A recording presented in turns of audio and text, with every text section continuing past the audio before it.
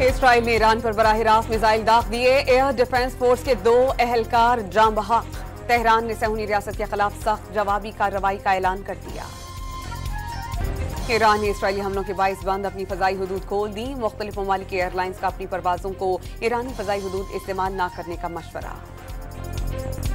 वज़ीर आज़म शहबाज शरीफ ने ईरान के खिलाफ इसराइली जारियत पर शदीद तशवीश का इजहार कर दिया। फरीक़ैन पर खित्ते में मज़ीद कशीदगी से बचने के लिए तहम्मुल से काम लेने पर जोर। जस्टिस शाहिया अफरीदी 30वें चीफ जस्टिस पाकिस्तान बन गए। दफ्तर आमद पर पुरतपाक इस्तकबाल। ओहदे का चार्ज संभालते ही 28 अक्टूबर को फुल कोर्ट इजलास बुला लिया। सुप्रीम कोर्ट ऑफ पाकिस्तान की प्रैक्टिस एंड प्रोसीजर कमेटी की तश्कील 9। Chief justice Shahiya Afridi, justice Munib Akhtar और जस्टिस मंसूर अली शाह कमेटी का हिस्सा होंगे। पाकिस्तान ने 4 साल के बाद होम ग्राउंड पर कामयाबी के झंडे गाड़ दिए। इंग्लैंड को रावलपिंडी टेस्ट में 9 विकेटों से हराकर सीरीज 2-1 से अपने नाम कर ली। कप्तान शान मसूद ने इंग्लैंड के खिलाफ जीत कौम के नाम कर दी। कहा, कौम ने इस जीत के लिए बड़ा सब्र किया। टीम ने भी इस कामयाबी के लिए बड़ी मुश्किलात झेली। इंग्लिश कप्तान का पाकिस्तान के खिलाफ टेस्ट सीरीज हारने पर अफसोस का इजहार। बेन स्टोक्स ने दोनों मैचेस में पाकिस्तान की परफॉर्मेंस को शानदार करार दिया।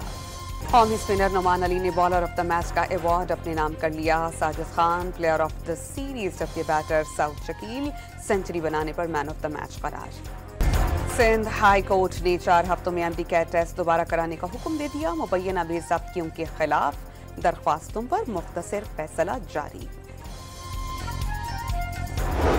वज़ीर आला खैबर पख्तूनख्वा की शराब बरामदगी केस में वारंट गिरफ्तारी बरकरार। इस्लामाबाद की मकामी अदालत ने पुलिस को वारंट गिरफ्तारी की तामील करवाने का हुक्म दे दिया।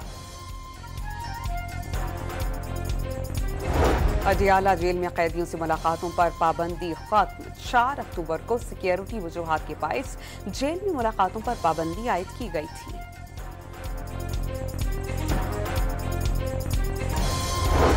इस्लामाबाद के इलाके शहजाद टाउन में मुल्जिमान की फायरिंग से शहीद पुलिस सब इंस्पेक्टर की नमाज़े जनाजा अदा।